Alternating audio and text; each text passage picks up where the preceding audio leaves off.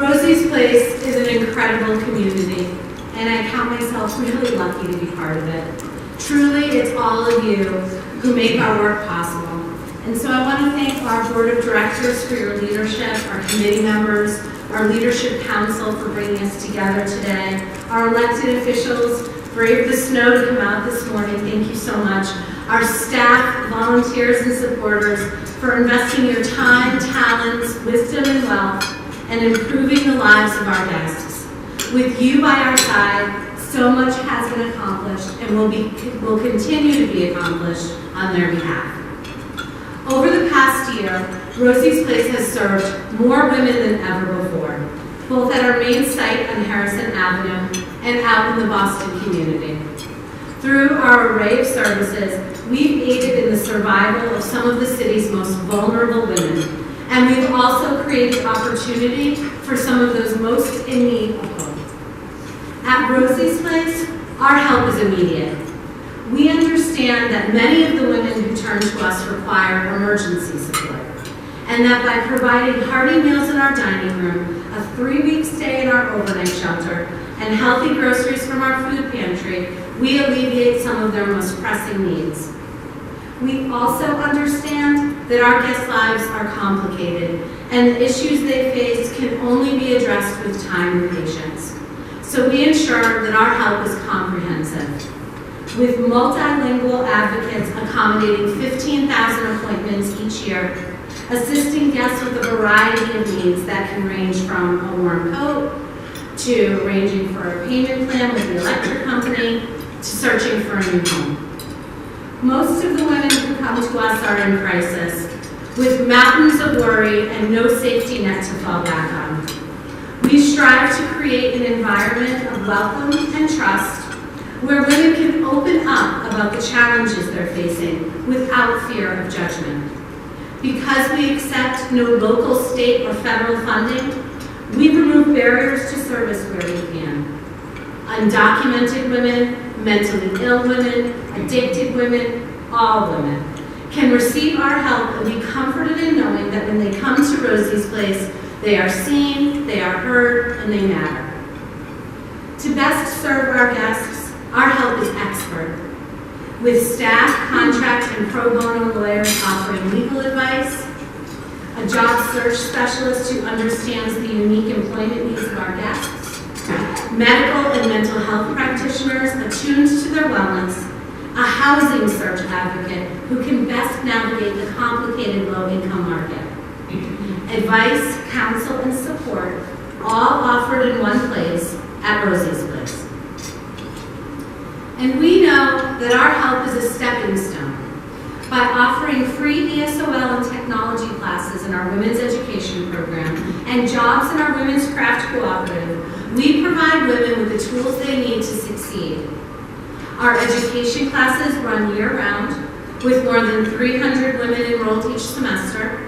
And last year, nearly half of the women who held positions in our women's craft cooperative went on to other employment when they graduated from our program. And our help doesn't come with eligibility requirements or expiration dates. Without the limitations of government funding, we are not only free to determine the kinds of services that are most needed, but we're also able to define how those services are provided. So women can come to Rosie's Place as often as they choose and meet with our team for as long as they need, and will never be told that they do not meet our criteria for help. At Rosie's Place, simply asking for help is proof enough that you need it. And more than ever, our help goes well beyond Harrison Avenue. We bring our services to women newly housed, ensuring that those who've recently experienced homelessness remain stable in their homes, to medically frail women isolated at home without family supports, to women living in public housing in resource-poor areas of Boston, to mothers of children in the Boston public schools, and to women at area courthouses. We have learned that the number of women who can benefit from the services of Rosie's Place extends well beyond our front doors. And so instead of waiting for those women to come to us, we go to them. In this way, Rosie's Place continues to expand our commitment to the welfare of women struggling in our community. And it is this growth that we will continue to focus on in the coming year. Our 5-year strategic plan aims to establish a Rosie's Place presence in all 125 Boston public schools, so that mothers, guardians, and sometimes particularly in the high schools, the students themselves are able to receive services right where they are. The most recent BPS data shows that 3,000 of its students are homeless, and hundreds more are at risk of becoming homeless. Further, more than half of the Boston Public School students are considered low income. Halfway through the first year of our plan, we are already in 37 of these schools, providing advocacy services and support, help with back rent, high utility bills, and heading off eviction processes, assisting with job applications and housing search, offering all of the same immediate, comprehensive, and expert services that a woman would receive if she came to Rosie's Place. Today, our outreach in the community is more important than ever before, because the needs of the poor, homeless, and marginalized in Boston are greater than ever before. In Massachusetts, the cost of living continues to rise at a startling rate, but for too many, it is not living so much as the cost of just surviving. Last year, homelessness in Massachusetts grew by the largest percentage in the nation. And while housing costs in Boston continue to skyrocket, the biggest jumps have been noted in Roxbury, which saw a 70% increase.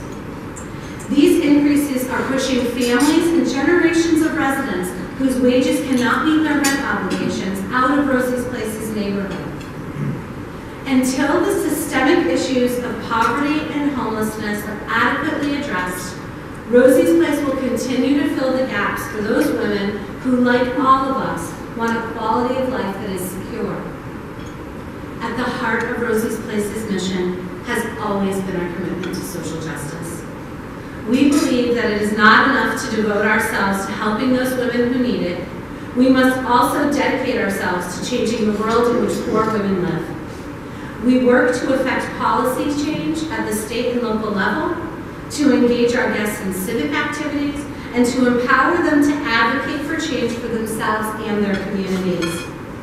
This work is hard.